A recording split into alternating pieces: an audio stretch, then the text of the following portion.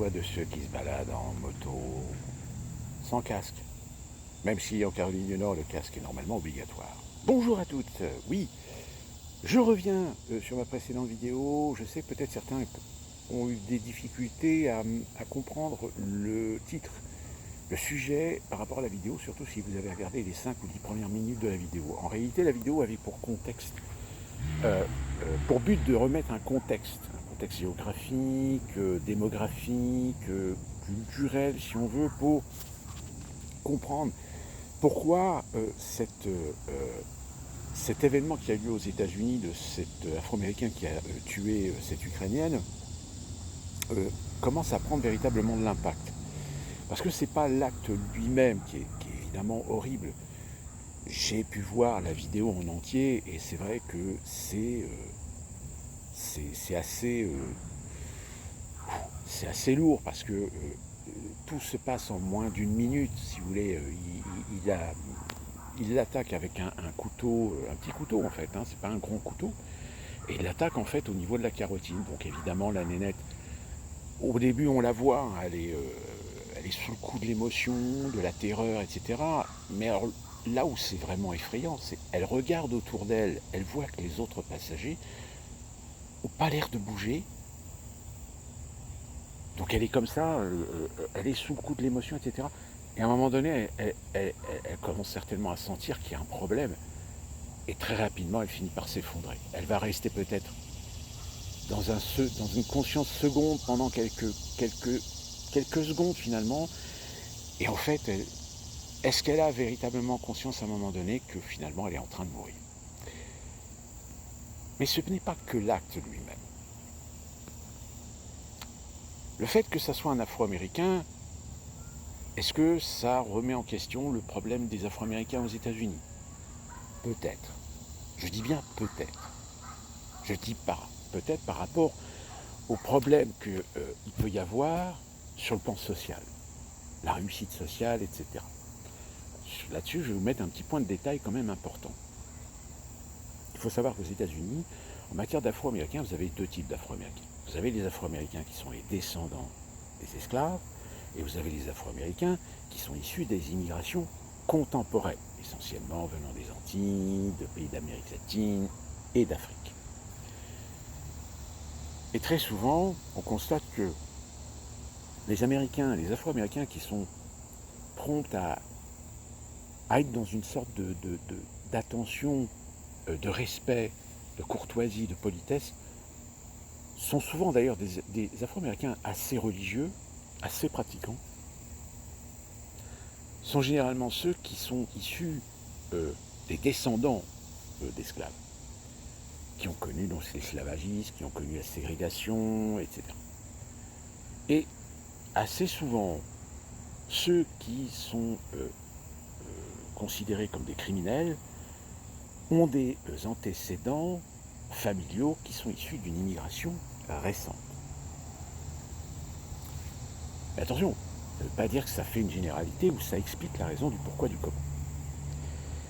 Et donc je vous disais, cet acte a été commis il y a plusieurs jours de cela. Et ce n'est que depuis ce week-end, par le fait que sur Internet, certains ont commencé à relayer l'information, que les médias américains ont commencé à en parler. Ce ne sont pas les médias américains qui ont révélé l'horreur de la situation. Et de fait, ça fait boule de neige. Tellement boule de neige qu'évidemment, Donald Trump s'est saisi de l'occasion, et d'ailleurs, il aurait eu tort de ne pas s'en priver,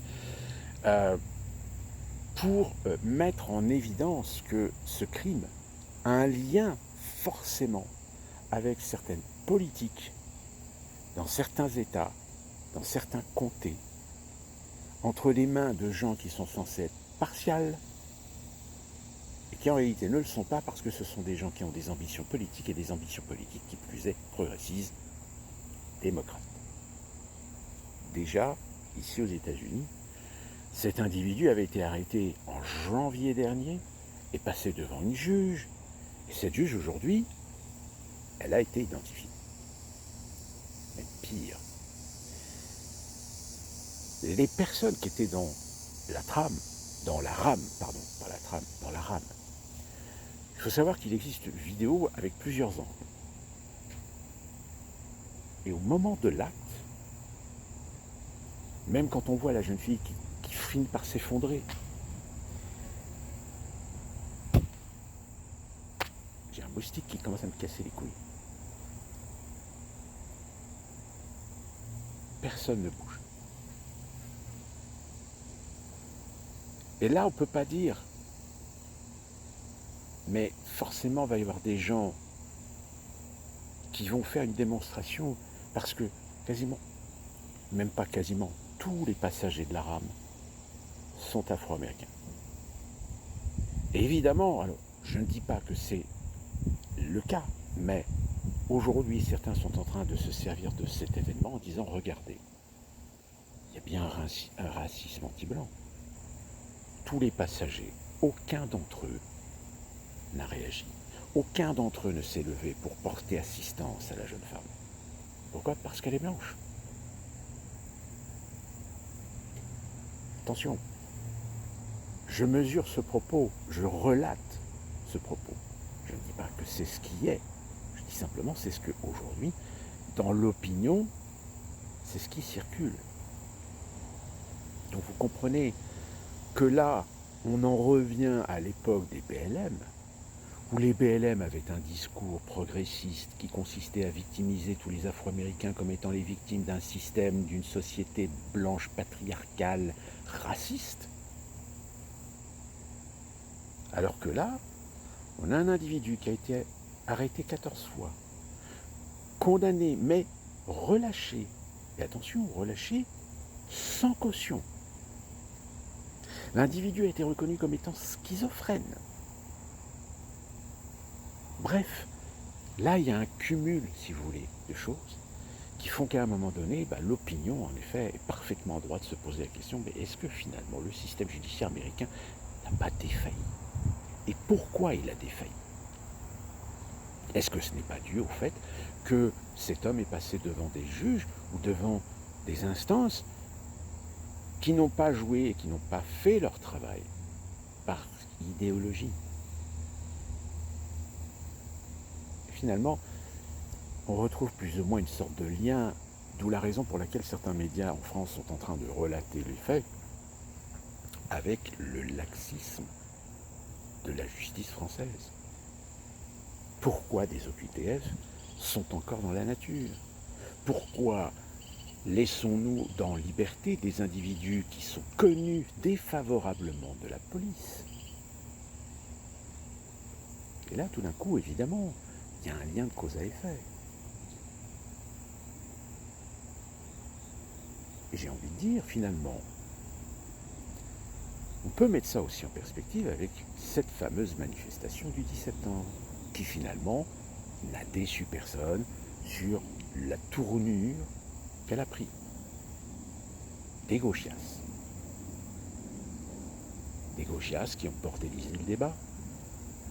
La manifestation devait être une manifestation apolitique, et finalement, elle est devenue politique, puisque exclusivement réservée à des gens de gauche, exclusivement réservée à des gens bien pensants, exclusivement réservée à des gens antifascistes. Et donc, finalement, ça a eu évidemment, esbrouf, quelques conflits.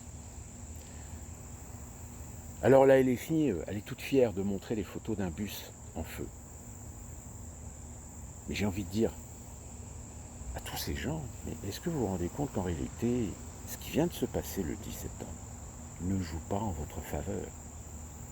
Alors oui, ça va affirmer le militantisme de grands adolescents, de grands enfants, de gosses qui surréagissent, des hypersensibles, à tel point qu'ils en sont réduits à se donner une légitimité de vouloir presque tuer celui qu'ils considèrent comme de droite, d'extrême droite, facho.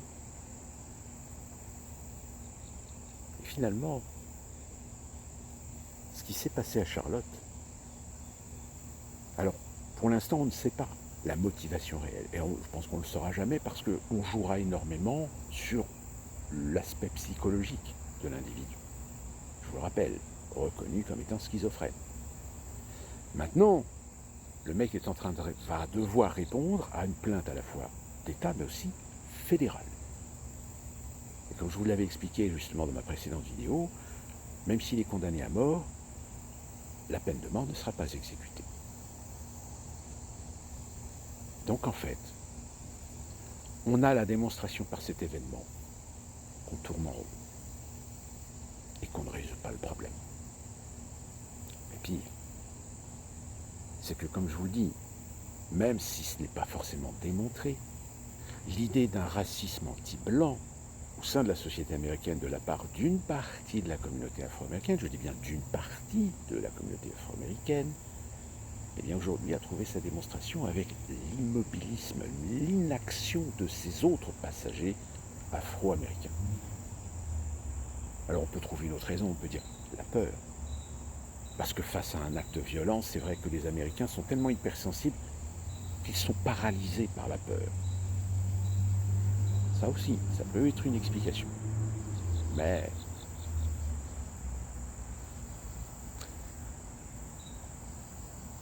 donc l'affaire, en effet, est en train de faire boule de neige.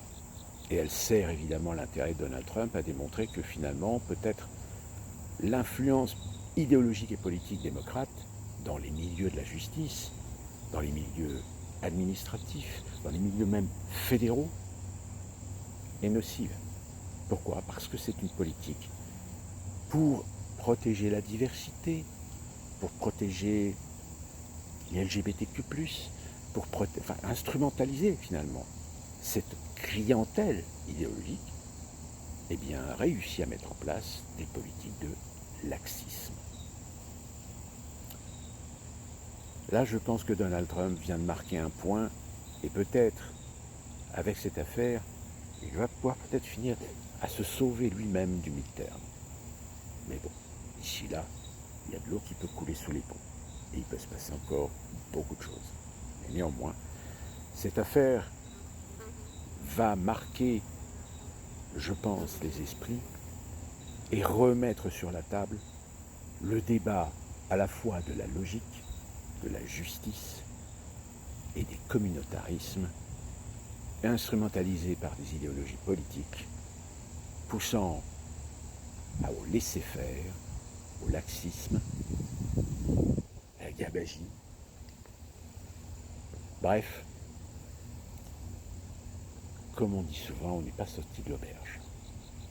Et j'ai envie de dire, même en France, cette manifestation du 10 septembre, officiellement qui aurait rassemblé 29 000 ou 30 000 personnes. Alors évidemment, du côté des LFI, non, c'est faux. On était au moins 2 millions, on était au moins 10 millions.